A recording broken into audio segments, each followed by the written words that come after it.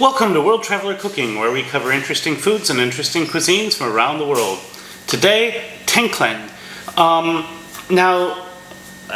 Just as a disclaimer, I've never made this dish before, so if you've made it and you think I'm doing something wrong, I'd love to hear from you in the comments. Now, I have, however, looked at several recipes. It looks like there are a couple variants of this dish. I'm making one based on a recipe that's supposedly from Solo. So, but I guess it's more typical from Samurai. So, you can use goat or beef meat. I'm using beef meat today. So about half a kilogram of beef meat. We'll use some brown palm sugar. The amount, it says 2 grains, which are usually like 2 cakes. But those cakes can vary a lot in size, so use your best judgment and go according to taste. I will probably just use the rest of this. We use 1 knob of galangal, a knob of ginger, and I'm going to use a smaller turmeric root today.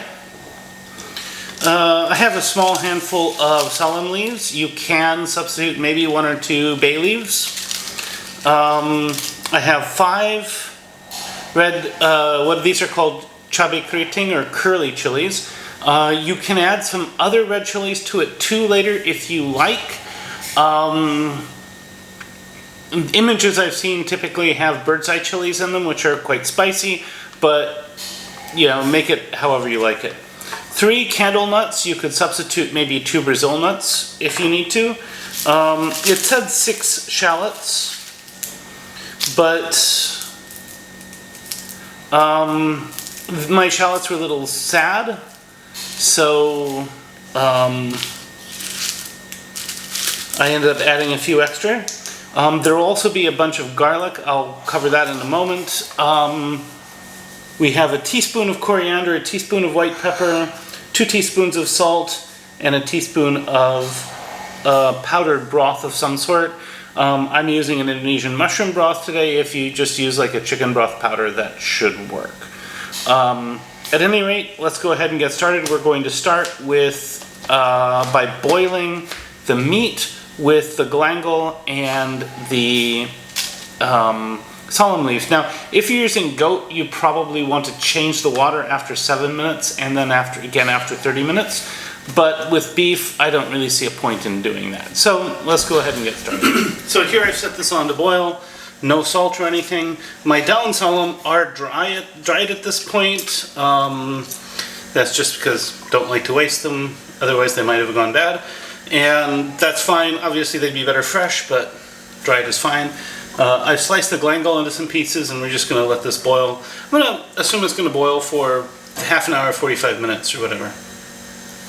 I want to boil it until the meat's starting to get a bit tender. So in the meantime, I'm going to start with the spice paste, and I'm normally this, at least many people today do in fact use food processors, though of course you can use an ulek. I'm going to start with my dry spices and I'm going to blend them up a bit, because otherwise they're not going to powder and they're going to get rather difficult. So start there. And I'll be back when I'm ready to add more things. So once that is done, I'm just going to put the turmeric in, and I'll blend that up again.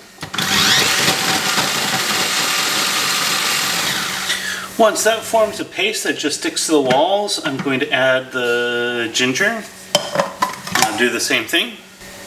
Now finally the allium. So 6 cloves of garlic and the 6 Indonesian shallots, or about 1.5 to 2 European shallots, will go in here, and we'll just blend this up until we have a nice paste. Then I will add the syrup. I should add the sugar as well, probably.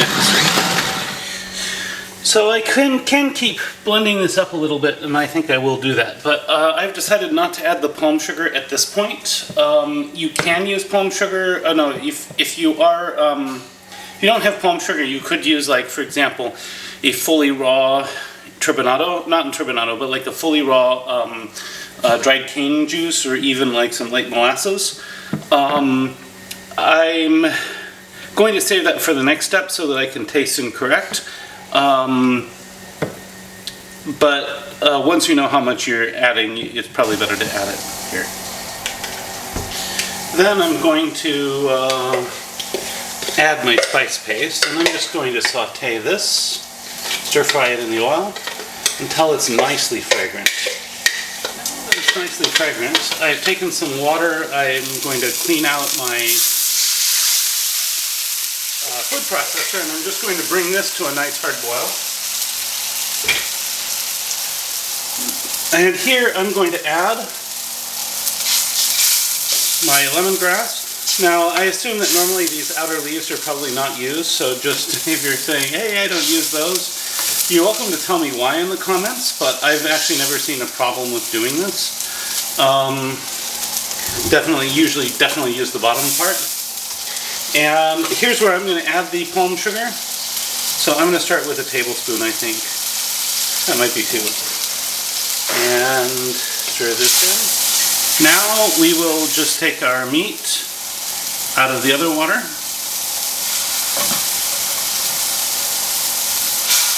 Lay it in here.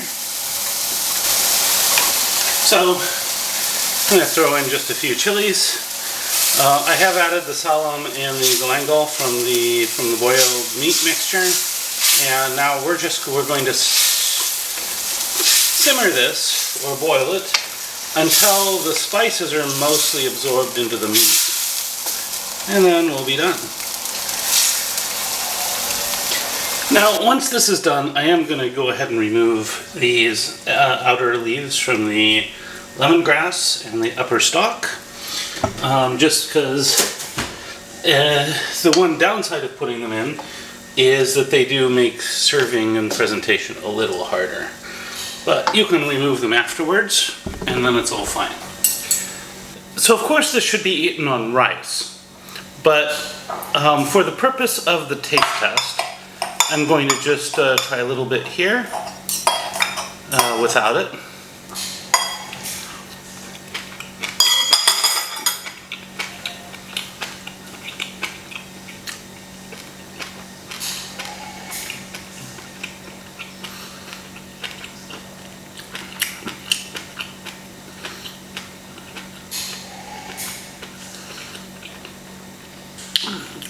I could have boiled the meat a little more. Some of the tendons are still a little chewy. I used a tendon-rich cut of meat, which of course should have required a little more boiling, but it's still not tough. Quite delicious. What really impresses me about the flavor is the way in which the aromatics have really penetrated the meat. Like if you just taste a little bit of it, you'll taste the lemongrass, the daun salam, and so forth, and it's really very pleasant. The sugar doesn't really come across. There's a bit of sweetness, but this is quite, it's salty sweet. It's actually really nice. It's not super spicy in these proportions. If you want it spicier, my recommendation is use spicier chilies in your, add some spicier chilies to your spice paste, maybe like cabe rawit or the bird's eye chili, or you know, chop some of them and add them to the broth later.